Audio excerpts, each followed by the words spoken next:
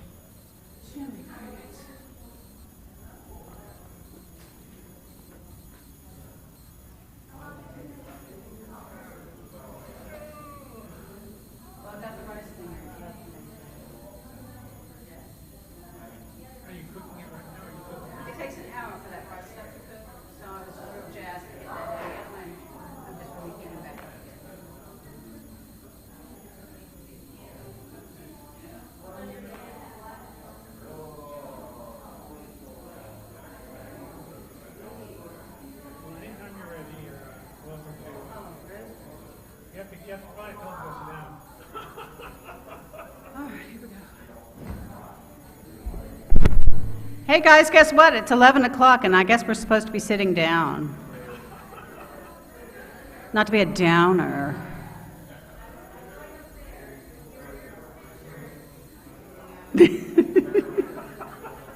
This is how much credence I have with this group.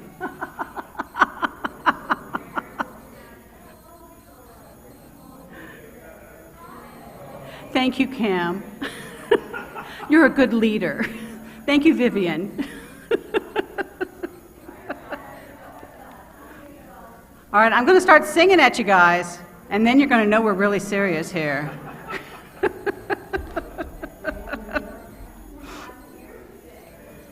Before we start our soul singing that I know everybody is here to do today, pretty much kind of 3 minutes ago. I'd like for those of you at home to take out something that you can light with us when we light our chalice later on. And we're going to start with hymn number 287 in the gray hymnal, but you'll see the words are going to be up on the screen. Faith of the Larger Liberty. We're going to listen to it one time through first, just to familiarize ourselves with it and give you a chance to sit down. And then we'll sing all three verses.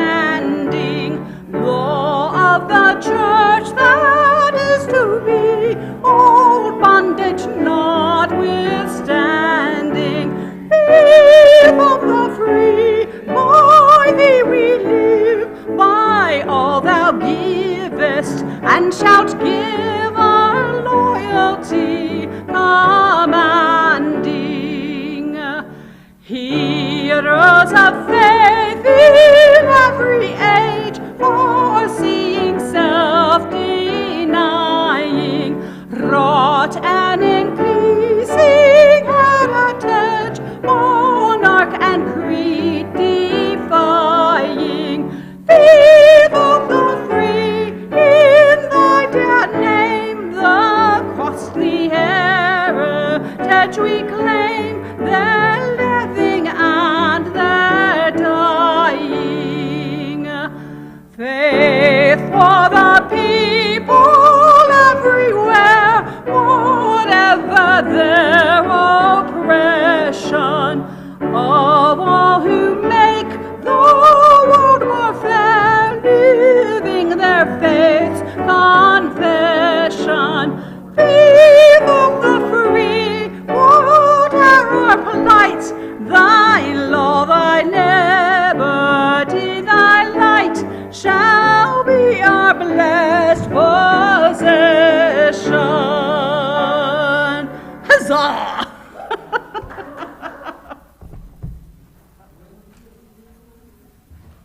not me.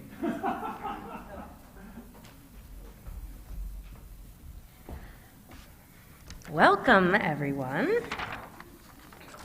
Good morning.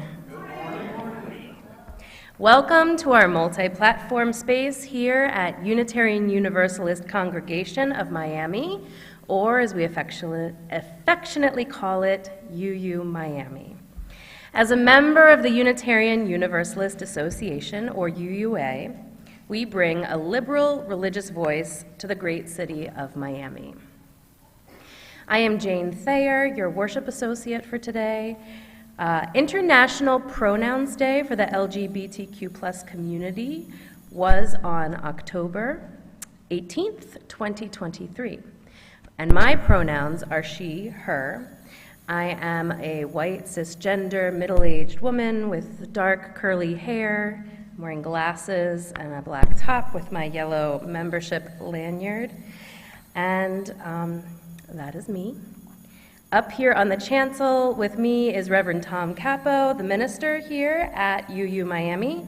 Joseph Toledo is our pianist, and Martha Capo led us in the singing beautifully, and will return, potentially, to continue singing. UU Miami wants to acknowledge that we gather on the traditional land of the Tequesta, Seminole, and Miccosukee people. And we honor with gratitude the land itself and the people who have stewarded it throughout the generations. May we continue to learn how to be better stewards of the land we inhabit as well. We have been saying this land acknowledgement for some time now. I invite you to think what this acknowledgement means to you and how you might honor it in your life. UU Miami is a community of brave, curious, and compassionate thinkers and doers. We invite you to learn more about us. You can go to our Facebook, Instagram, LinkedIn, or our web pages. Or you can even call or email Reverend Tom at minister@uumiami.org for more information. And if you have attended our services a few times, consider becoming a member of this congregation. Reverend Tom would be happy to talk to you about membership. It's now time for our unison affirmation. Please join me, first in English and then in Spanish. Love is the spirit of this faith, and service is its prayer. In love, we agree to dwell together in peace, to seek knowledge in freedom, and to help one another.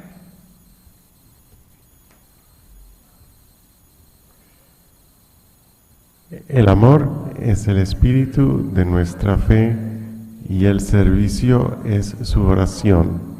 En amor acordamos vivir unidos en paz, buscar el conocimiento en libertad y ayudarnos el uno al otro.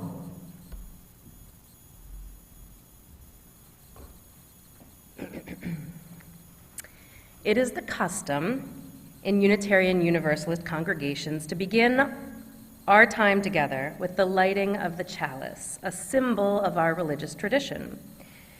This is from the UUA.org, the Flaming Chalice. Many people are surprised to learn that lighting a chalice as part of the worship only found its way into Unitarian Universalist congregations in the early 1980s.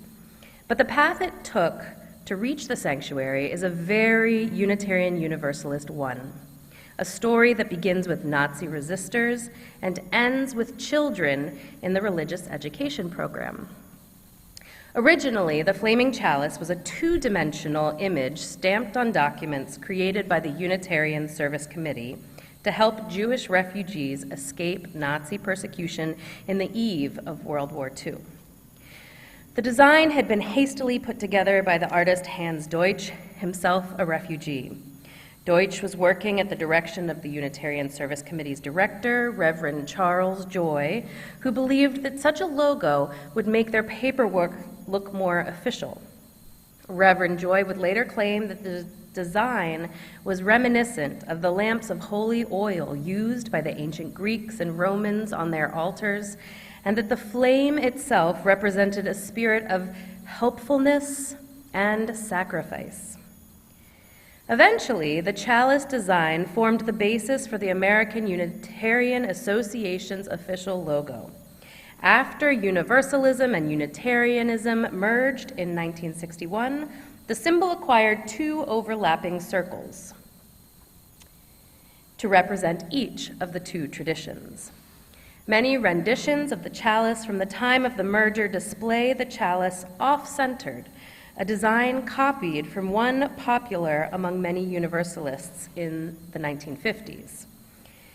That Universalist symbol featured a large open circle with a very off-centered cross inside. This signified how Universalism had grown out of the Christian tradition, but was still held open to a world of other possibilities and even unanswered questions. Interestingly, we aren't sure how the chalice as a two-dimensional artistic rendering transformed itself into the three-dimensional object used in worship. All evidence, though, suggests that the path leads through our children's religious education programs. Curricula used in the late 70s stressed the meaning of the chalice and encouraged the children to make chalices in different media. Eventually, those chalices morphed into objects that could be lit. The first documented uses of chalices in the main sanctuary are from Sundays on which the children and youth led worship and demonstrated their practice to the adult congregation. Our lighting chalice words for this morning are by Unitarian Universalist minister intern Adam Slate.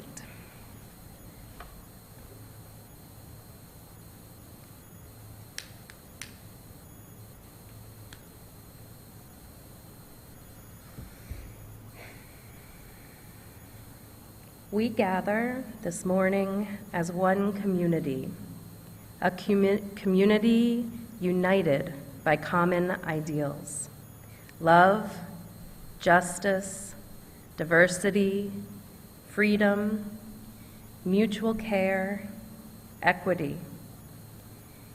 Yet look around. Look at the faces of those around you. Each face represents an individual, each one of us with our own story, needs, strengths, and faults. We light our chalice today, honoring our common connection, and also the uniqueness that lives within each of us.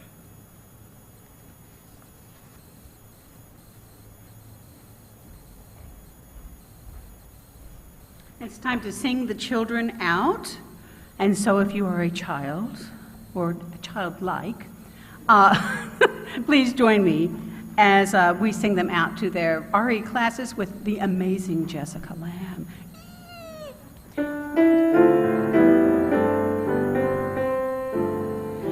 May your mind be open to new learning. May your lips bring truth into the world. May your heart know love and your hands do the work of justice as you go your way. And go now in peace as you go your way in peace.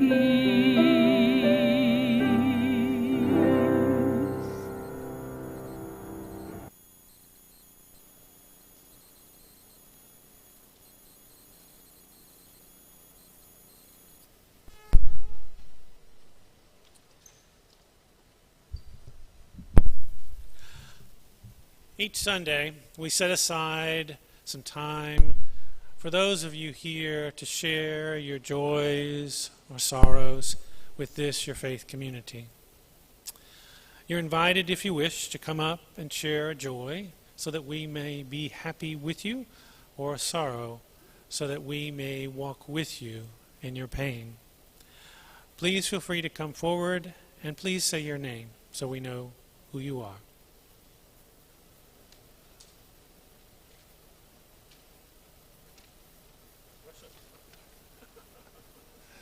Good morning, I'm Bob Jacober, and I just wish to share my philosophy with you today. I stole this from a friend. Imagine there's no heaven.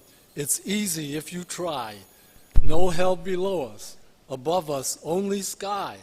Imagine all the people living for today. Imagine there's no countries. It isn't hard to do.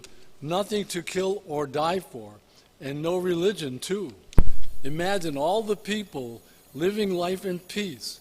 You may say I'm a dreamer, but I'm not the only one. I hope someday you'll join us all, and the world will be as one.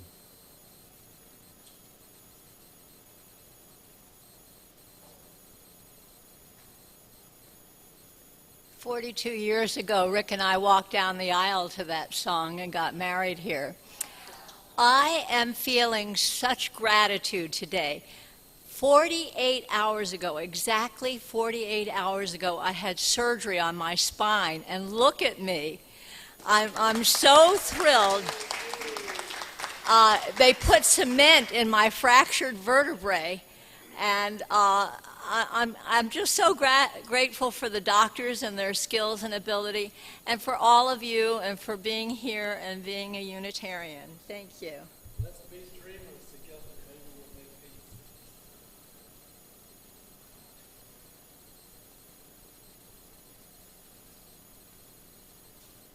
Hi everyone, I'm Christine Gregory. My sorrow this week, of course, is similar to many people, has been the conflict in Israel and Palestine, and thinking about all the civilians affected. And I so appreciated our sermon last week, just to have a space to process that together. But my joy, I guess, at the same time has just been taking those moments of little things that bring you joy when there's a lot of pain. And like my cappuccino yesterday had like this adorable little bear face, and I spent yesterday just cleaning the apartment with my husband, which I mean was so great to be doing it together, and just those little things that make you feel joy.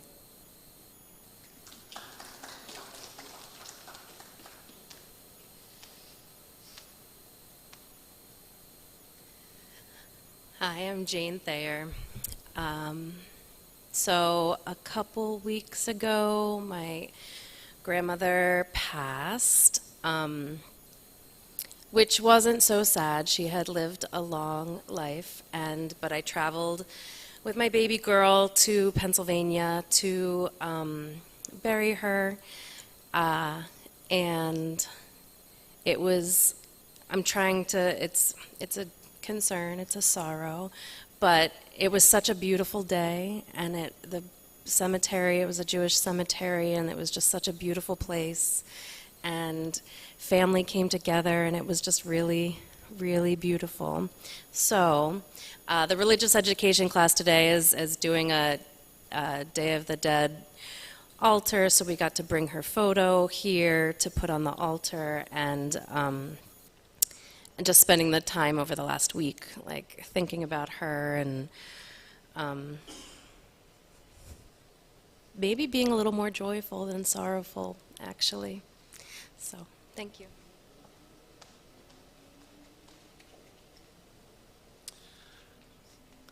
And you'll notice that Alex is not with us. She normally is here singing. She is with Carly, who had surgery this week, and so she's caring for her. Carly's doing okay. I mean, it's going to be a little while for her to recover, but she's doing good. For all those joys and sorrows expressed and those not expressed, but still very much on our hearts, they are a blessing to all of us in this community.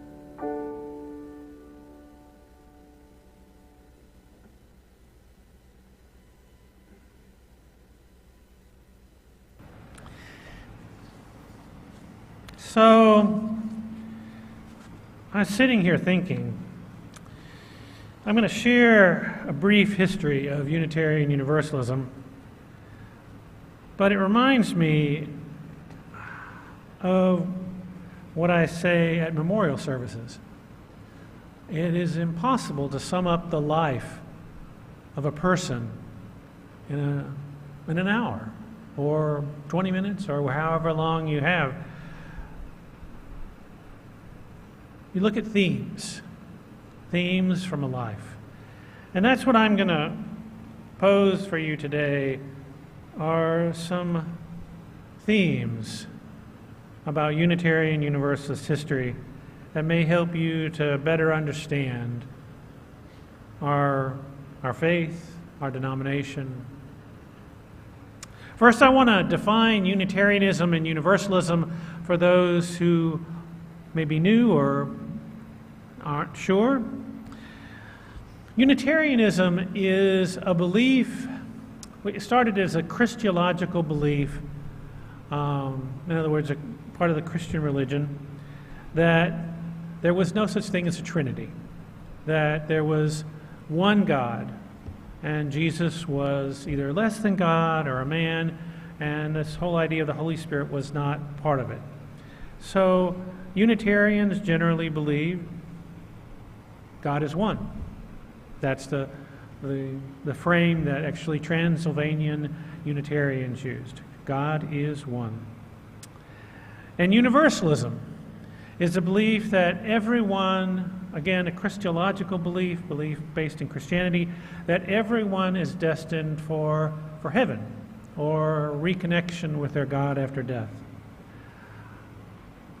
And those ideas started in the very beginning of Christianity. I don't know what people think about the very beginning of Christianity, but it was more of people sitting in people's homes, eating together, reflecting on some of the Proverbs and some of the life of Jesus. And there was a lot of different ideas expressed, probably more ideas about what Jesus' life meant and his various sayings than we have today.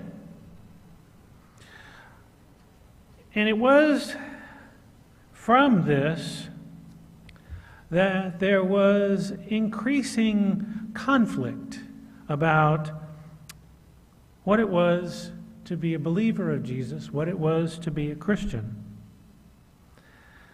And those conflicts continued until around 350 AD, when the Emperor Constantine brought church leaders together, and he said to them, essentially, I want y'all to figure this out. Was Jesus divine, or is Jesus, was he a man, or was he less than God? What is it? Because we got too much conflict going on right now.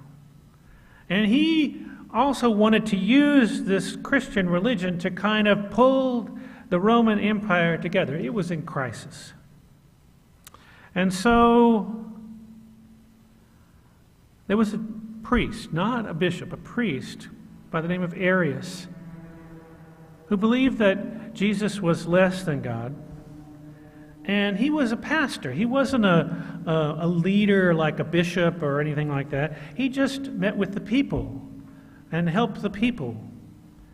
And when this decision was being discussed, he didn't have a voice because he wasn't one of the leaders in the church. And what happened was that there were leaders in the church, bishops, who wanted to hold on, who wanted to advocate for the divinity of Jesus. And they won the day. And so those who believed that Jesus was either a man or less than a man were considered heretics. And that's sort of when the idea of Unitarianism began in our history. And there were little, from that time until the 1500s, there were little churches or groups of people who believed in Unitarianism. 1531, a man named Michael Servetus spread through his own writings an idea that Father, Son, Holy Spirit were just aspects of God, not completely separate beings. And that led to his being burned at the stake. But it also led to increased religious tolerance in Europe. We consider him one of our forebears. And then there were pockets of Unitarian belief in Romania, Transylvania, which was now Romania, and in Poland. Francis David led the Unitarians in Transylvania, and he, through his advocating, got King Sigismund to enact the first act of religious tolerance in 1568. It was the first religious tolerance act in the world, sorry. And they still exist. Those Unitarians in Transylvania, and what was Transylvania, Romania, still exist to this day. They have bishops, they have their own denomination. And we here in the West didn't even know they existed until the 1980s. And in Poland, there was a man named Faustus Socinius who led the Polish Unitarians there. And they had a printing press. And that's really important to us because he wrote what was called the Rakovian Catechism, where he asked questions about Unitarianism, Trinitarianism, and advocated for Unitarianism. And it was those ideas that he printed in that work that eventually came here to America. It wasn't that those words created churches, but they created ideas and an openness and an awareness that perhaps there were different ways people could believe.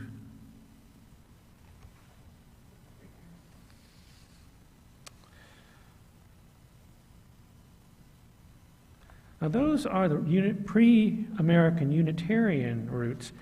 There's one other I would mention about our Universalist roots. Universalism, the idea that everyone's destined to be reconnected with their God in the end, was started in 200 CE by Origen Adamantius, a theologian. Now, if you were a member of the Orthodox Church in Eastern Europe, you'd know this particular theologian because a lot of his writings helped create much of the theology for Orthodox Christianity. But there was one thing they don't believe, which is this idea, this belief that he espoused that everyone was going to reconnect with God in the end. And again, pockets of Universalism were around.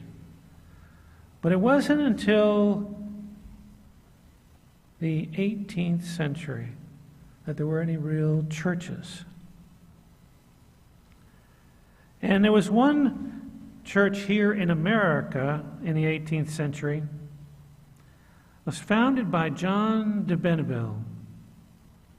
He was the father of non-creedal Universalism in America. He believed that no church is pure in all things, so no one can be found that does not contain some truth. Glorious truths are found in every church and religion under the sun, he said. And this glorious chain of truths, which we believe will someday unite all of them into one form of love. He wanted all churches, all denominations, all religions to come together as one religion. And then there was some Universalist churches going on in England. And John Murray was one of the pastors of one of those churches, but he came over to America and preached universal salvation. Now, he preached what was called Relian universal salvation, which means that everybody was destined to be connected with God again in the end, but that you had to spend a little time kind of, not in hell, but in a place where your sins were dealt with until you could be reconnected with God. And then, gradually over time, Universalism moved from that kind of idea to what is called ultra-universalism, where there was a belief that no loving God would condemn anyone to any kind of punishment to be reconnected with their God. And Universalism developed into a religion of its own in 1866 with the Universalist General Convention. Stick with me here. Universalism did come to America. So we talked about that. Unitarianism did come to America also, but it came in a different route. So these ideas are still spreading all over Europe. In 1782, there was a church called King's Chapel in Boston. I don't know if some of you know of it or not, but it was an Episcopalian or Anglican church until the Revolution started happening, American Revolution, and all the priests and people who were Anglican and advocating for English rule over the Americas left, leaving a church with a few people. And they were looking for someone to be their minister. And they reached out to this gentleman by the name of James Friedman. And he said, all right, I'm willing to be your minister, but you're going to have to take all the Trinitarian language out and replace it with Unitarian language in the Book of Common Prayer. And that was the first church to do that. Also, at the same time, Joseph Priestley. Now, how many know about Joseph Priestley? I think we talked about him recently. He strongly believed in the free and open exchange of ideas, and he had been a preacher in England, but he came over here and started Unitarianism in America. And that was in the 1790s as well, forming Unitarian churches all over the Northeast. The formation of the American Unitarian Association was in 1825. However, the ministers got together in 1824, and they couldn't decide on how to be a denomination because they all felt they needed to be independent. It wasn't until 1825 when the students of Harvard got together that they began a denomination called the American Unitarian Association. And at the time, it was still a Christological association of churches, believing that in Unitarian in theology, until Ralph Waldo Emerson came along. Ralph Waldo Emerson believed that you should look within yourself to figure out what you believe. And from that, as Unitarian ideas spread west, more and more Unitarian churches began to believe that it was about your own spiritual journey and not necessarily what was in a book, a Bible, or anything else that determined what your spirituality would be. As we come into the 20th century, Unitarianism began to move in the direction of humanism, a belief in the here and now, not necessarily in a hereafter, not necessarily even in a God. And as we move into post-consolidation in 1961, our denomination became increasingly pluralistic theologically. And we became more of a values-based religion than a belief-based religion, where each person had their own belief, but we were grounded in values, the inherent worth and dignity of every person, justice, equity, and compassion in human relations, a democratic process, values that were important to us. There are many stories I could tell you about Unitarianism and Universalism, but that starts you on a journey right now of beginning to understand some of our history and what brought us to where we are today.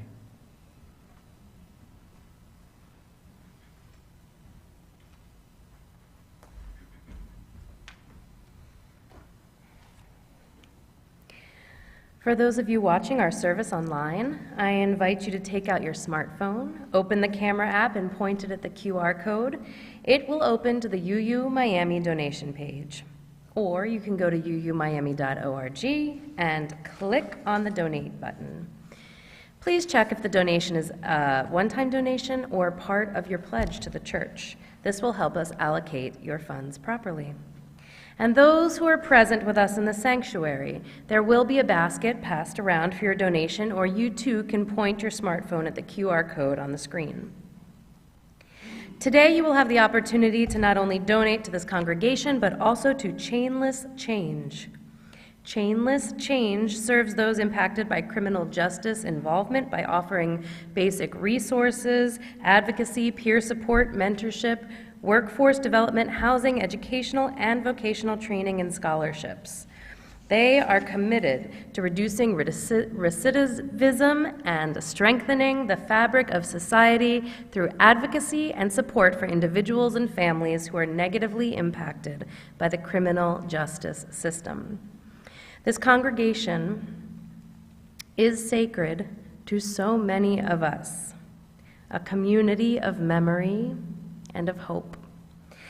Let there be an offering to sustain and strengthen this place and the work we do in the world, for we are now the keepers of the dream.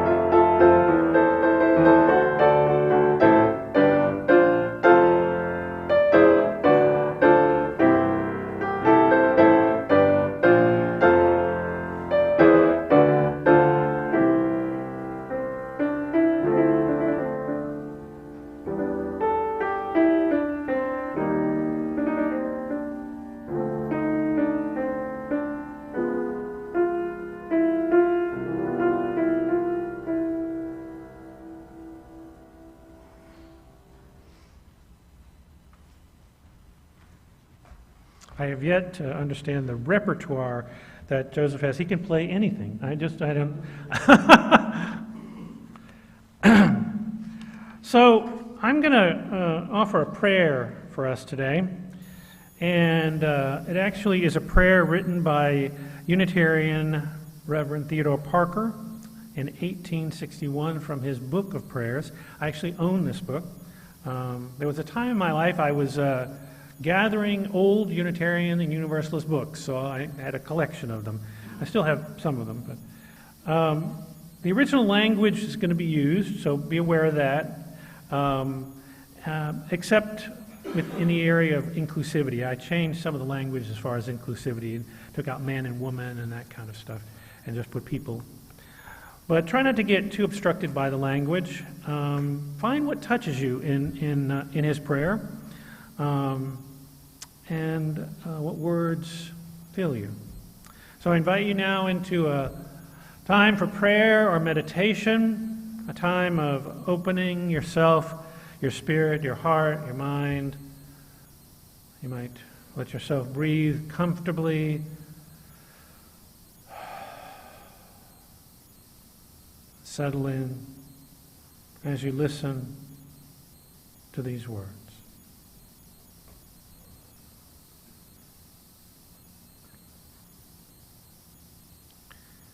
O thou infinite power, whom humans call by varying names, but whose grandeur and whose love no name expresses and no words can tell, yet whose being is in every star that flowers above and every flower that flames beneath. We bless thee for all the good and noble people who from time to time come into thy providence to teach nations the way in which they should walk, and to call many from wickedness to the ways of justice, which lead to such blessedness on this earth. We thank thee for the primal virtues which shine aloft as stars, and not less for the charities which heal and soothe and bless, and are scattered at our living feet as flowers. We bless thee for the great truths that have come down to us on the sounding way through the ages, encouraging and strengthening people. We thank thee for the poets and prophets and mighty persons of thought and piety who spoke as they were moved and brought truth to humankind. We thank thee for all these things, and we pray thee we may strengthen ourselves mightily with thy Spirit in our inner selves. May we learn what is right, and with all the strength that is in us, love our siblings as we love ourselves, and grow in this constantly. May we grow wiser and more just, and be filled with more loving kindness to our human siblings, and have a heartier and holier love. May no success in the world's affairs ever harden our hearts, but make us more noble and more generous. And may the world's sorrow and sickness and grief and disappointment and loss only rouse up the better soul that is in us. We thank thee for the glorious nature which thou hast given us, that thou hast blessed us with such large faculties to know what is useful and beautiful and true, and with this affection whereby we love each other, and are joined by the manifold tender ties to those who are dear to us, however far or remote in time and space.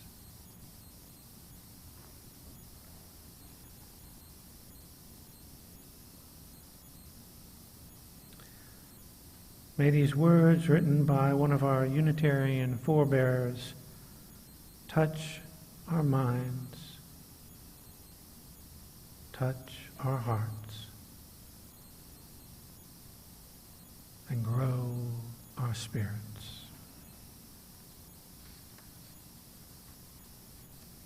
Amen.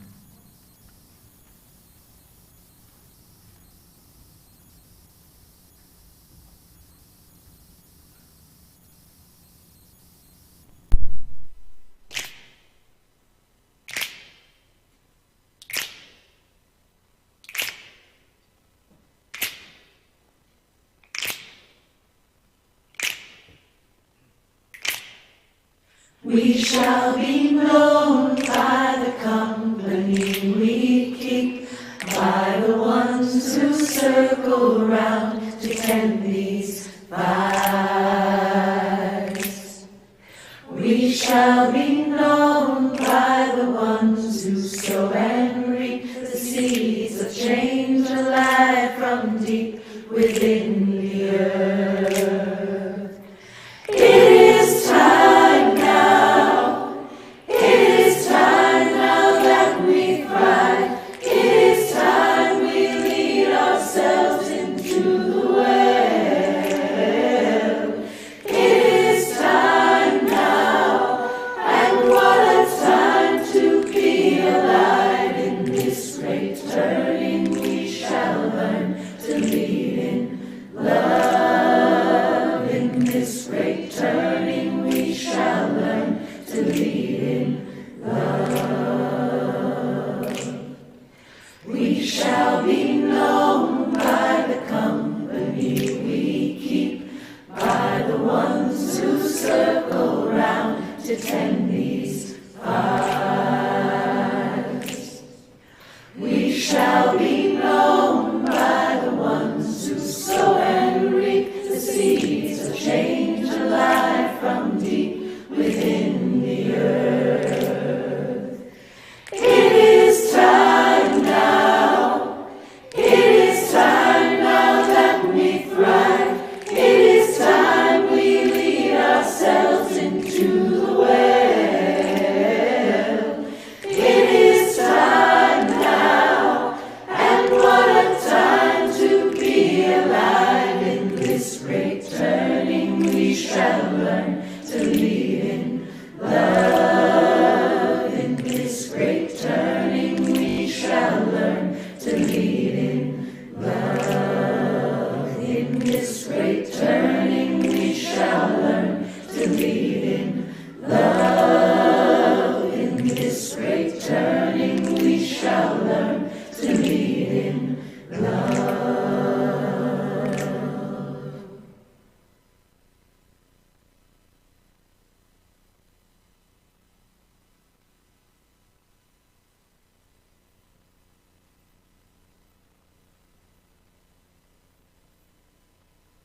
Why am I talking about Unitarian Universalist history?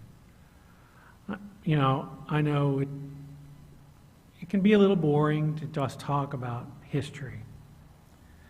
But I believe that the more you know about Unitarian Universalism, the more you're able to contextualize both our shared faith and our own unique relationship with Unitarian Universalism. Knowing our Unitarian Universalist history increases your cultural awareness of what holds this religious movement together. And I want to tell you, I'm not here to present a history of a perfect faith, but of a living tradition that has often been referred to as heretical and has often been ridiculed. The term Unitarian was once used as a slur for people who didn't believe in the Trinity. Unitarians and Universalists have been excommunicated, imprisoned, killed for their beliefs.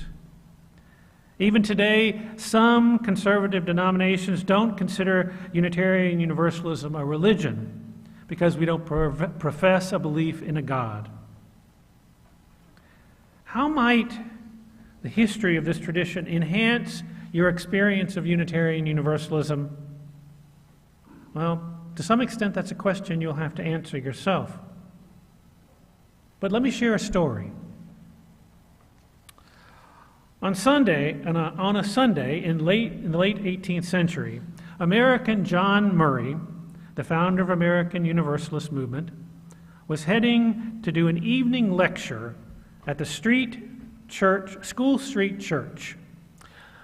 A huge crowd had formed around the church, and Murray had a hard time pushing his way through the crowd to get to the pulpit.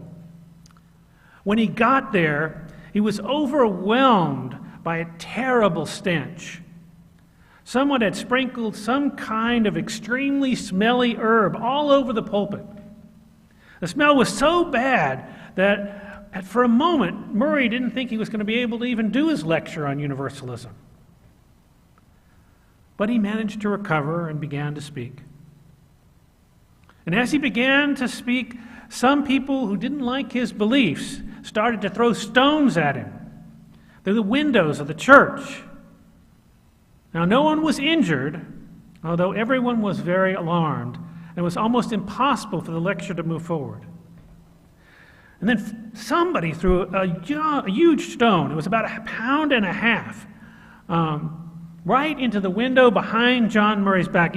It missed him, but if it had hit him, it would have either severely hurt him or even killed him. So he bent down and picked up this huge rock and showed it to the people who'd gathered there to hear him speak. And he said, "This argument," waving the rock around, "is solid and weighty, but it is neither rational nor convincing." So why is that particular story so important?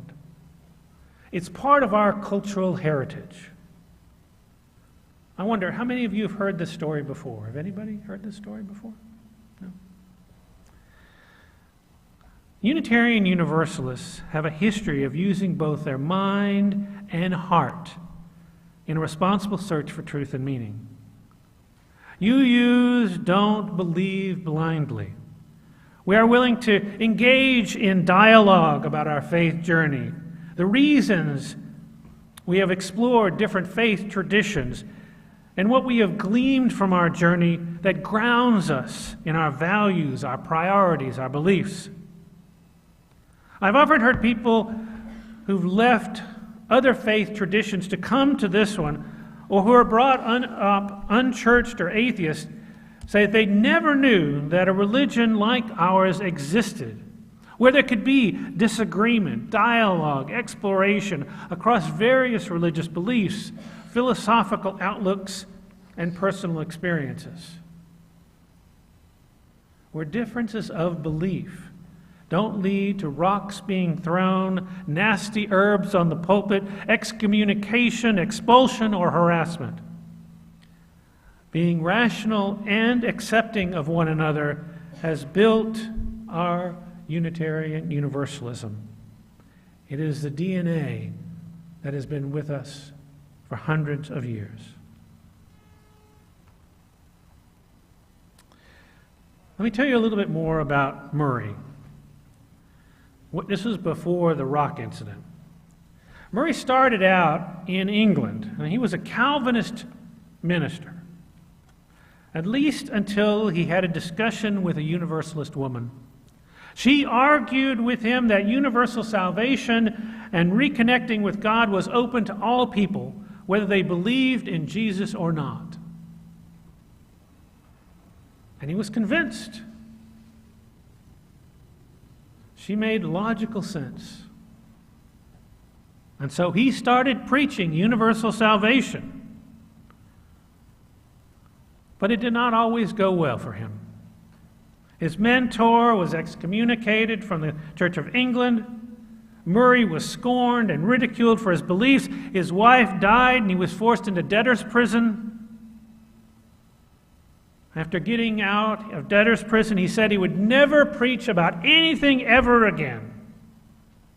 And he decided to come to America. And so he boarded a ship called Hand in Hand. In his diary, he wrote, "Before reaching its destination, however, the Hand in Hand ran across a sandbar off the New Jersey coast. Because the crew required additional provisions, John went ashore to search for food. By chance, he encountered an elderly farmer named Thomas Potter, who had recently built a meeting house, a church, if you will, on his property for itinerant preachers. Potter was waiting for someone who embraced universal salvation as he did to come, and there was no doubt in his mind that God had sent John Murray for that purpose. He urged John to preach, but John refused, preferring to leave his past behind him and sail on to New York as planned. Potter warned John, "The wind will never change, sir, until you have delivered to us in this meeting house a message." And indeed, the wind remained calm, the ship remained stuck, and on Sunday, September 30th, 1770, John relented, delivering a sermon for the friends of John Potter. And in that moment, he felt his sense of calling and purpose return, and he began to build the Universalist movement in America. As you hear this story, does that mean something to you, touch you in some way? I hear, when I think of this story, of our present day understanding of universalism, that all people can, not just a few with certain beliefs, be saved. Now, let's unpack the word saved here in a Unitarian church. Being saved to many Unitarian Universalists has nothing to do with an afterlife.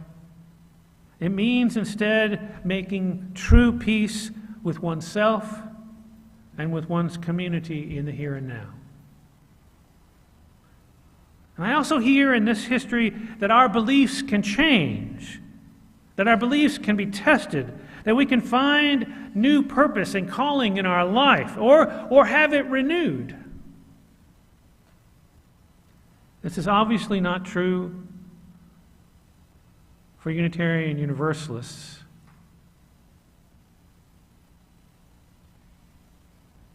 But this is a message that I have often heard from people who come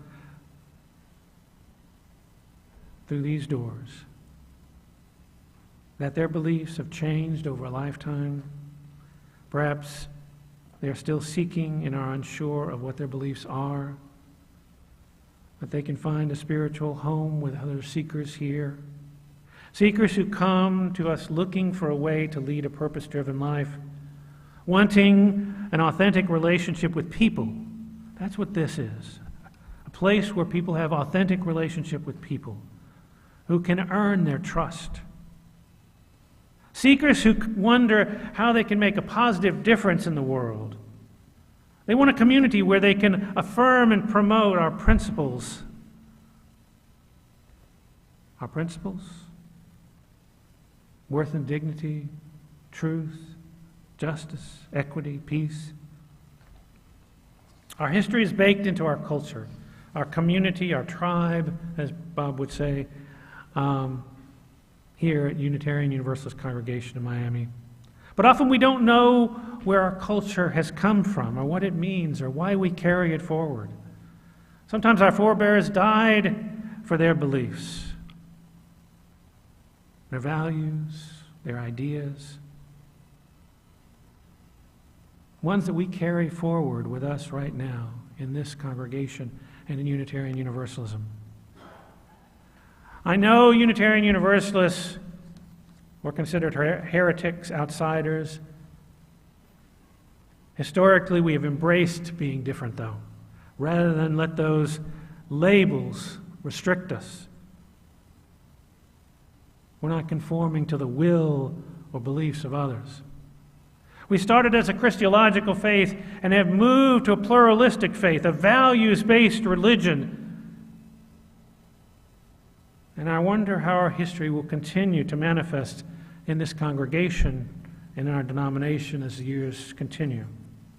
I wonder how learning more about our history impacts your feelings and thoughts about Unitarian Universalism, about this congregation. If you want to learn more, you can go to the UUA website. You can go to our website. There's a drop-down under membership, and they have all kinds of videos. If you haven't looked, I encourage you to do so. You can even learn about the history of this church. And notice as you learn more and more how it influences your beliefs, your values, your purpose. I'm going to leave you with a quote by one of our forebears, James Luther Adams, as he describes this faith tradition. He says, "I call that church free which enters into covenant with the ultimate source of existence, that sustaining and transforming power not made with human hands, It binds together families and generations, protecting against the idolatry of any human claim to absolute truth or authority. This covenant is the charter and responsibility and joy of worship in the face of death as well as life. I call this church free, which brings individuals into caring, trusting fellowship that protects and nourishes their integrity and spiritual freedom, that yearns to belong to the church universal. It is open to insight and conscience from every source. It bursts through rigid tradition, giving rise to new and living language, to new and broader fellowship.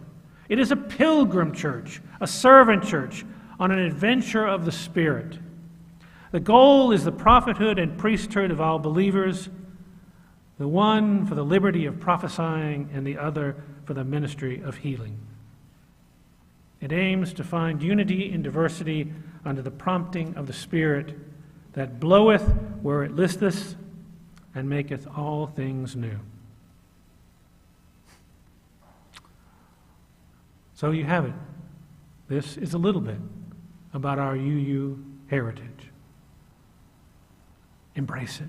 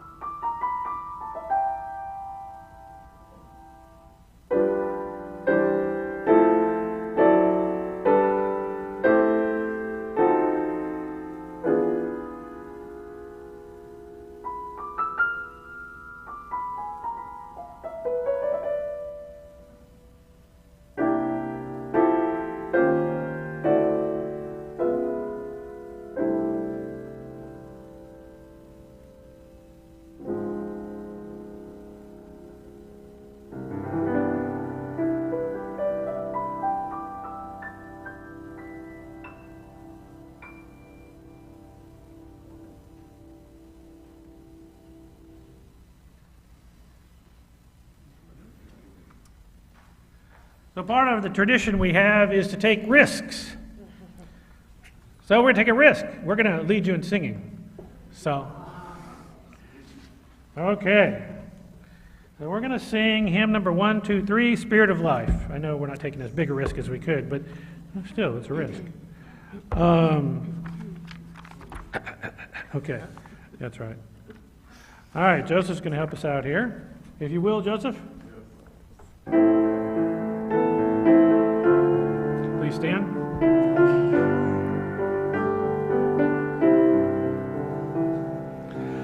Spirit of life, come unto me. Sing in my heart all the stirrings of compassion.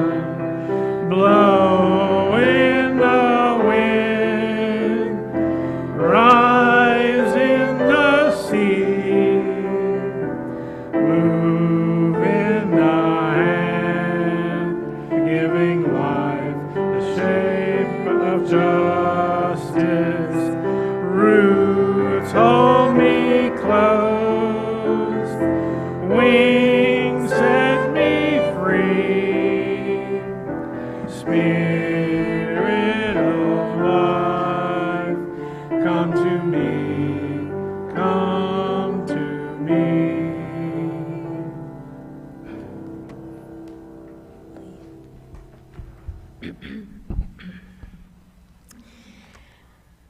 Now for some gratitude and some announcements.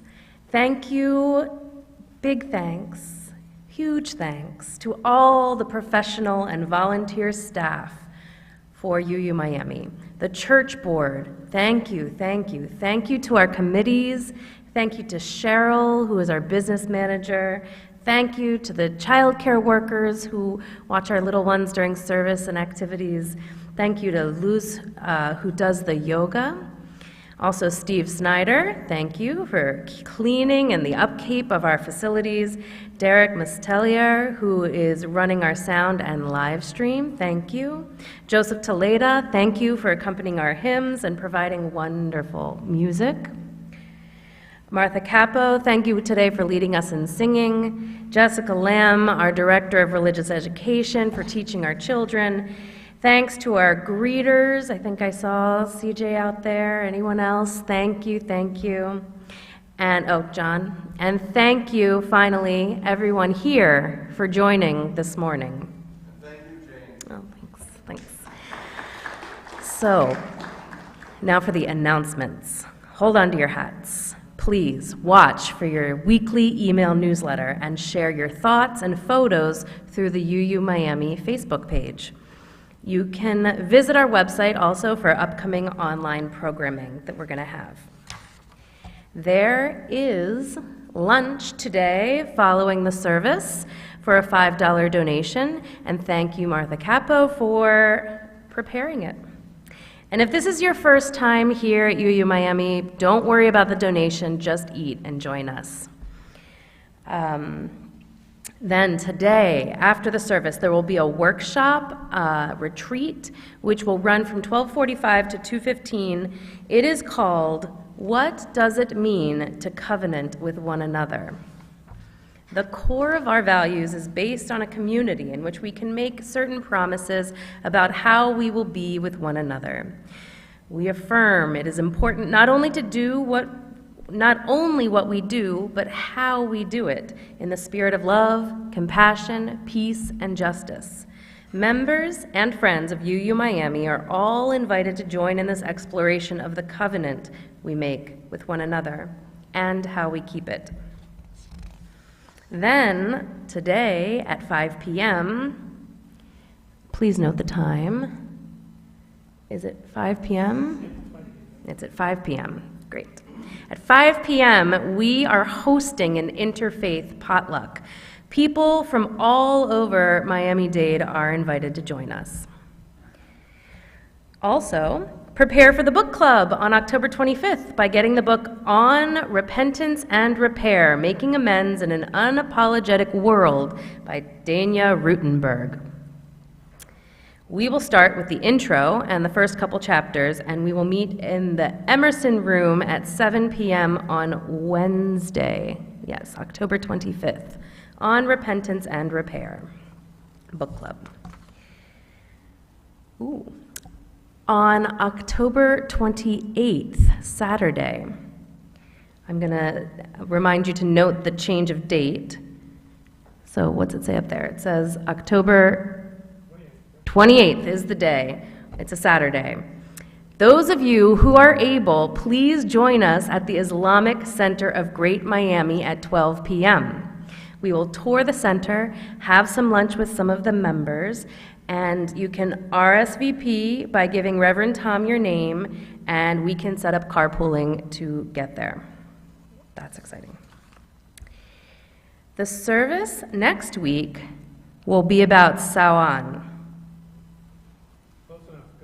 Great. It is the Gaelic Festival on November 1st, marking the end of the harvest season and beginning of winter, or the darker half of the year. Martha Capo and a member of the local pagan community will offer some thoughts about the festival.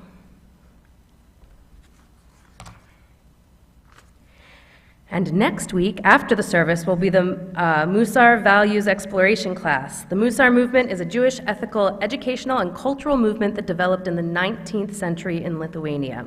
Musar is a practical and inspiring Jewish spiritual tradition to foster a life of greater meaning and enhanced exploration of a value system, our values.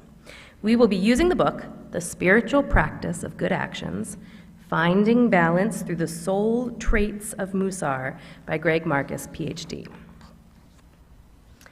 And then, next Sunday night, there will be a Halloween party here for all ages. It's at 6:30 p.m. And most, if not all of us, but most, will be wearing costumes.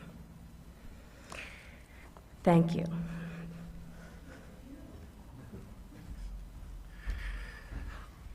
I have some closing words before we get to eat lunch. These are by Unitarian Universalist Reverend Priscilla Murdoch. Let us be mindful of the enduring bond that keeps us together. Let us remember that those who went before and paved the road for us to travel.